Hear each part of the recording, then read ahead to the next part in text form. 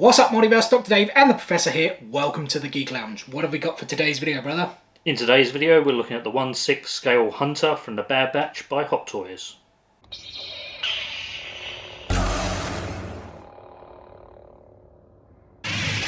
Here we go then, guys. Hot Toys 050 from Clone Force 99, aka the Bad Batch. We have Hunter, aka John Rambo. We've got one shot here on the front with his helmet on, with a few weapons on hand. And then we have two shots on the cigar band. This one here on the front without the helmet, and then this other one on the side in another pose. We obviously have all the legal information on the back, but I don't think you guys really care about that too much.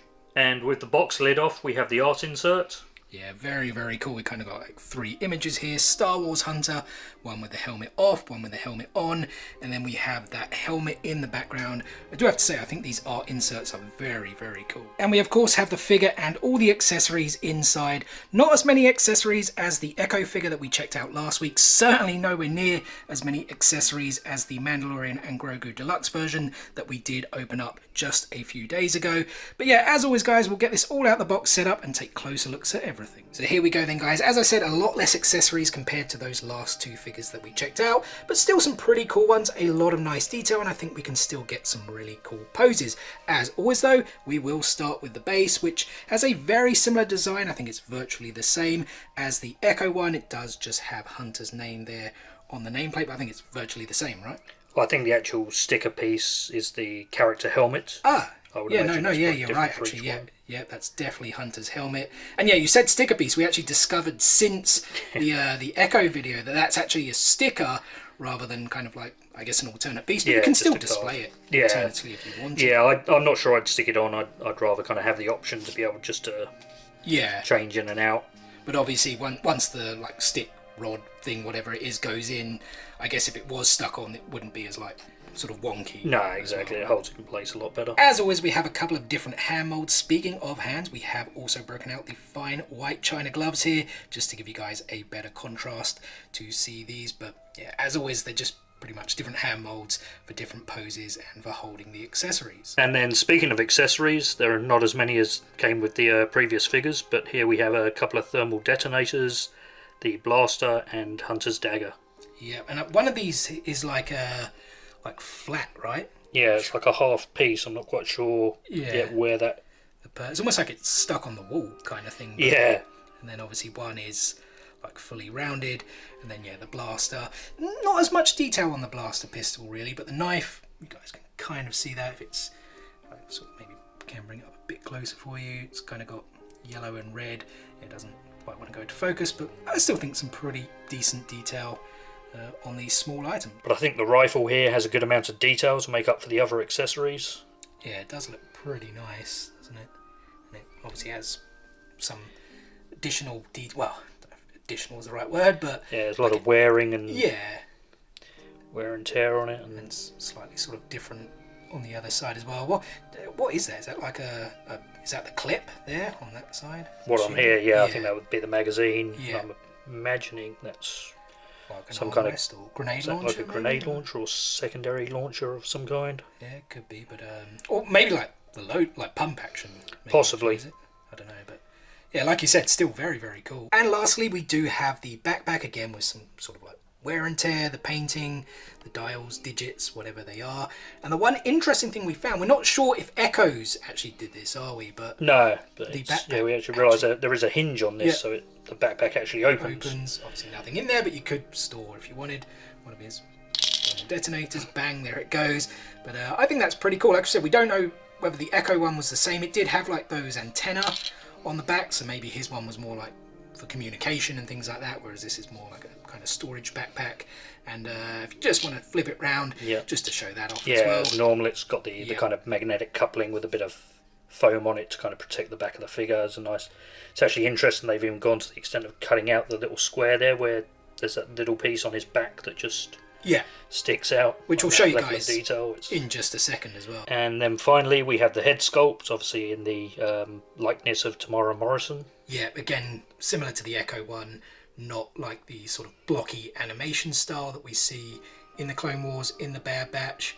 But some really nice detail obviously has that. It is a skull, right? We've always kind of I think it's definitely a skull tattoo. Yeah. Given the fact he has the same thing on his bandana, Yeah. like the kind of skull. It's John very... Rambo, as I said at the beginning. Let me just actually bring the light a bit closer, because that might help for you guys. There we go. So we can see the skull and the tattoo. Very, very cool.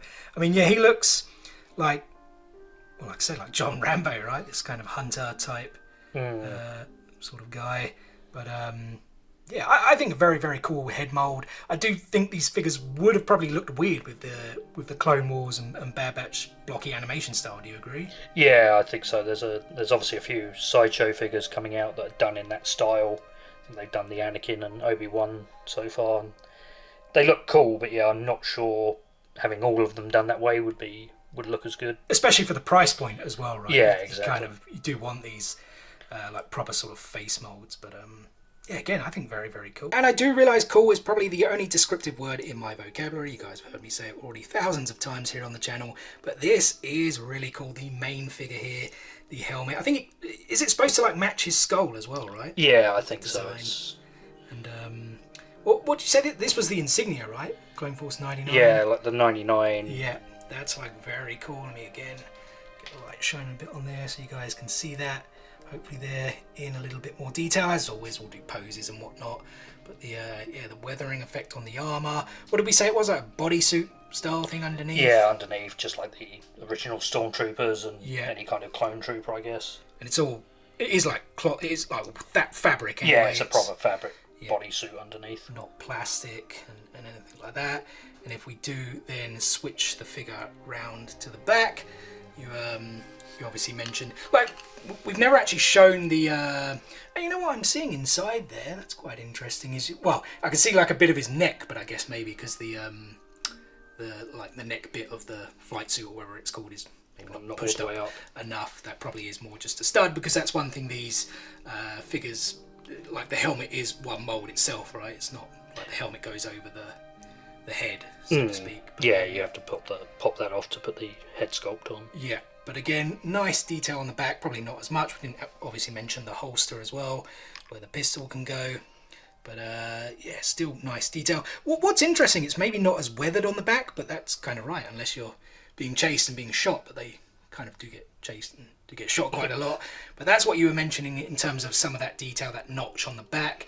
And I figured what we would do is actually show the backpack going on, because we didn't show it in the Mandalorian jetpack going on. True. We didn't show it off with Echo. So yeah, just essentially. Yeah, it should just literally clip like on like that. As you can see, it's magnetised, so Yep. it kind of grips as soon as it. And it holds pretty well. I mean, if you shake it violently, it will obviously drop off like anything. But yeah, pretty cool design. I think overall the figure, very, very cool. The accessories, they're not as much, let's say, as the Mandalorian or even as Echo, even though we mentioned like Echo's accessories were not kind of canon, at least not yet anyway. We haven't seen the latest episode, who knows, maybe some of them showed up in today's episode. But I think pretty cool overall, and I think it's now time to get some poses.